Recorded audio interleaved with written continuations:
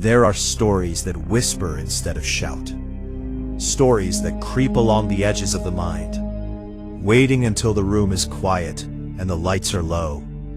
Stories that make you wonder how close darkness can live beside ordinary life without anyone noticing. Tonight, we step into one of those stories, not to celebrate it, not to glorify it, but to understand how a human being can quietly drift so far from the world of others that he builds a secret universe where only he decides who stays, who leaves, and who is never allowed to walk away again. This is not a tale of monsters under beds or ghosts in empty houses. This is the true story of a man who smiled at neighbors, worked a regular job, lived in a normal apartment, and yet carried a private reality so strange and so controlled that it eventually collapsed in on itself. Let your mind settle, let the noise of the day fade, and step slowly into a life that at first seems unremarkable, almost dull, until you realize that behind the plain walls and routine habits, something deeply wrong is quietly unfolding.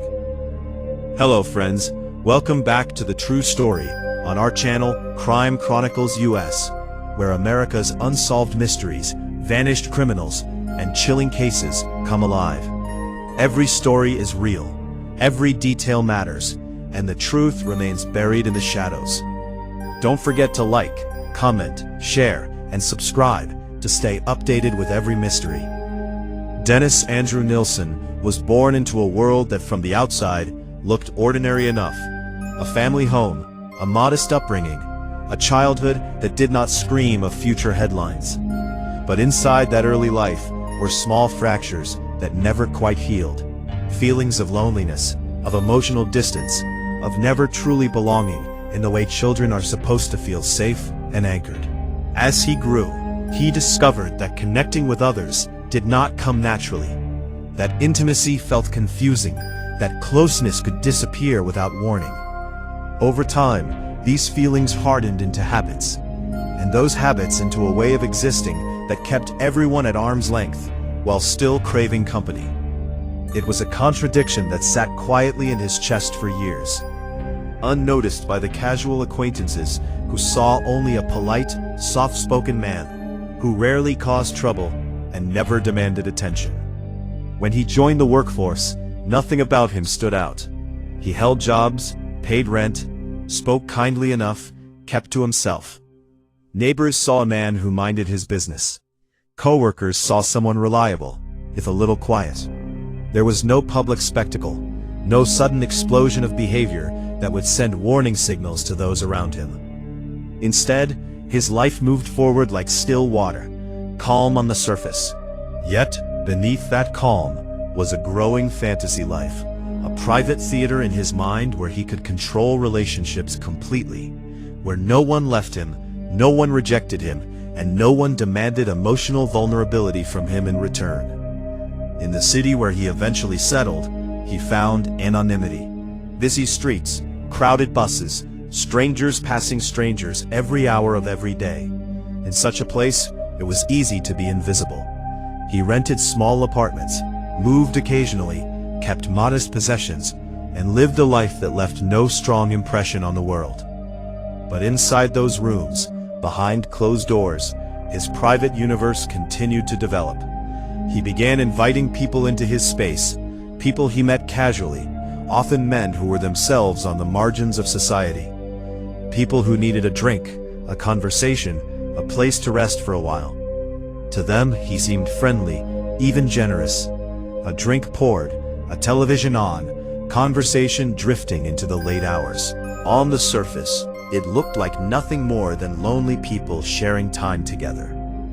Yet what made Dennis Nilsen different was not something easily visible.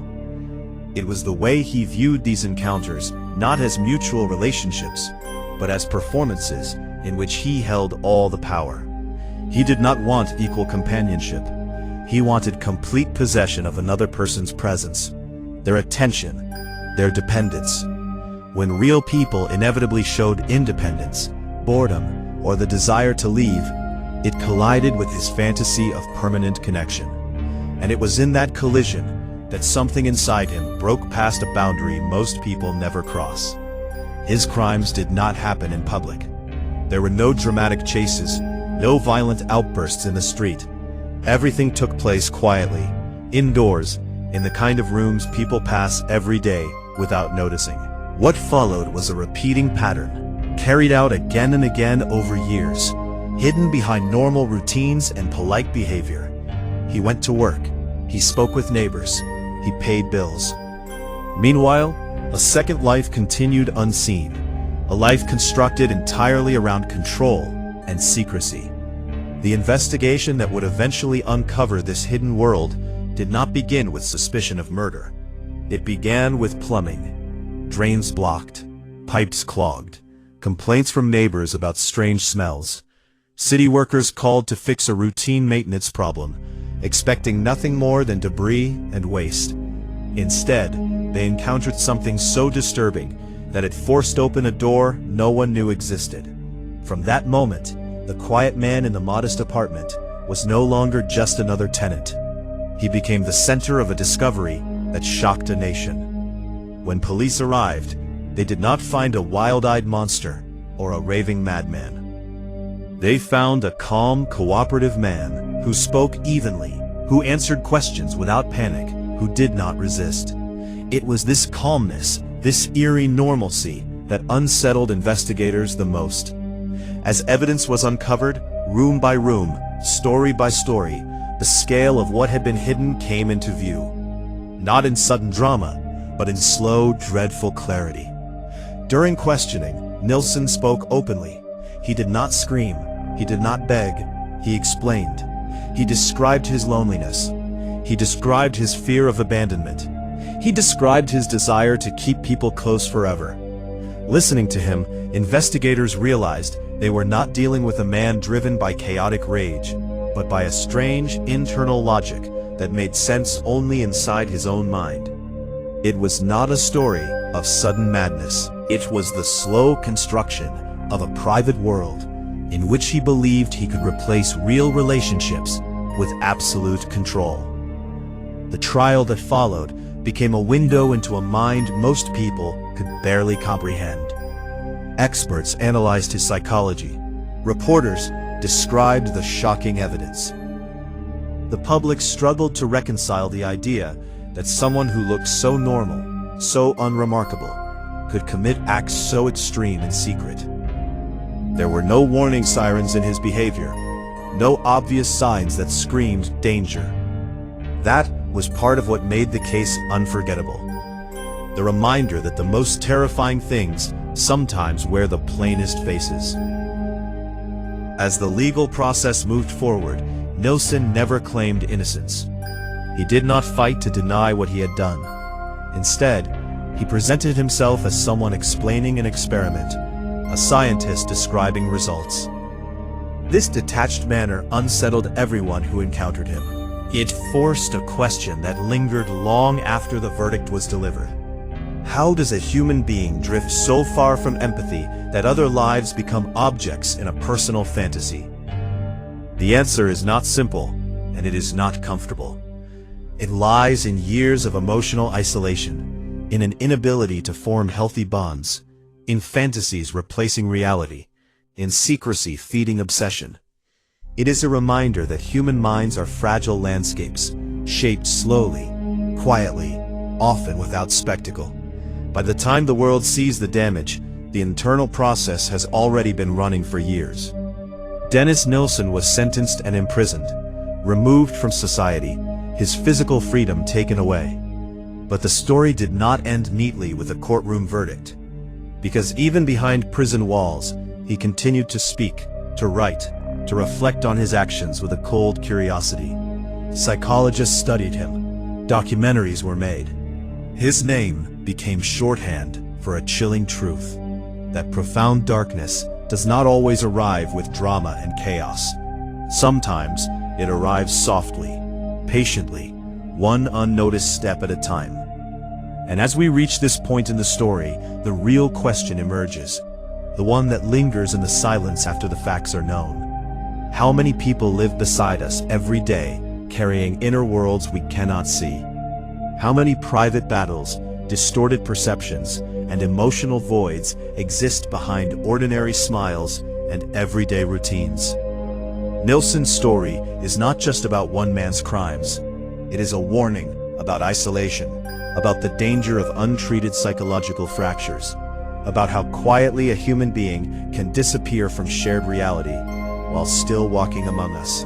The world often imagines that once a courtroom closes its doors and the sentence is passed, the story ends there, wrapped neatly in legal finality. But in reality, some stories continue quietly, in places where time stretches thin and days repeat with mechanical sameness. Inside prison walls, Dennis Nilsen settled into a new routine, one built of locked doors, scheduled meals, echoing corridors, and long hours of solitude. For a man who had lived much of his life inside his own mind, this environment became both punishment and familiarity. He no longer needed to hide anything. His secrets were known. His name had been printed, spoken, dissected, and analyzed. And yet inside his cell, he continued the same pattern that had defined him for years, retreating inward, constructing meaning where others saw only emptiness. Psychologists and investigators who spoke with him in later years often remarked on his calmness, the almost academic way he approached his own past. He did not crumble into hysteria or sink into emotional collapse. Instead, he explained himself as though describing a machine he had built and operated.